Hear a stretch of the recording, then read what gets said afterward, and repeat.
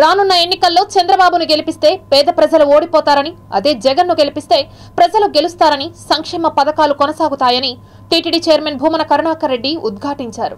డ్వాక్రా మహిళలకు 4వ విడత రుణమాఫీ వైఎస్ఆర్ ఆసరా వారోత్సవాల్లో భాగంగా తిరుపతి రామచంద్ర పుష్కరిణి వద్ద ఏర్పాటు చేసిన బహిరంగ సభలో మహిళలు పెద్ద సంఖ్యలో పాల్గొన్నారు.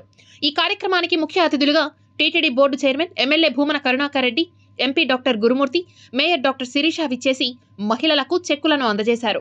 ఈ రోజున తిరుపతి దేవస్థానంలో పనిచేస్తున్నటువంటి 7,000 మంది ఉద్యోగస్తులకందరికీ కూడా ఇళ్ల పట్టాలు ఇచ్చినటువంటి ఘనత వైఎస్ జగన్మోహన్ రెడ్డి పాలనది.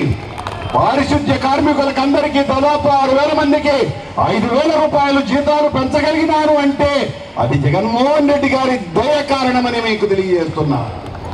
పోర్టులో పనిచేసేటువంటి కార్మికులు, క్యాంటీన్ లో పనిచేసేటువంటి కార్మికులు, ట్రేలు ఎత్తేటువంటి కార్మికులు, మార్కెటింగ్ గోడౌన్లలో పనిచేసేటువంటి కార్మికులు, ఎలక్ట్రికల్ డిపార్ట్మెంట్ లో పనిచేసేటువంటి కార్మికులు ప్రతి ఒక్కరికి 5,000 రూపాయల జీతాన్ని పెంచగలిగినారు అంటే అది కేవలం జగన్మోహన్ రెడ్డి గారి సలువా.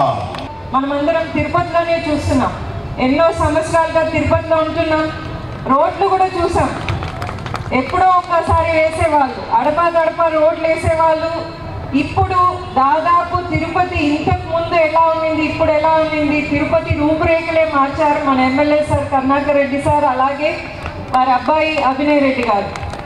చాలా ఇరుకైన రోడ్లను కూడా, అంటే గంగమ్మ గుడికి పోయి గ్రూప్ థియేటర్స్ ముందు రోడ్డు, అట్లాగే కొర్లగుంట రోడ్డు, ఇంకా ఎన్నో స్లిప్ వేస్, అంతర్గత రోడ్లు, డ్రైనేజ్, అట్లాగే ఫ్రీ లెఫ్ట్, ట్రాఫిక్ సమస్య అనేదే లేకుండా ఎంతో అభివృద్ధి కార్యక్రమాలు, అలాగే స్మార్ట్ సిటీ కింద కూడా వినాయక్ సాగర్ అభివృద్ధి చేయడం.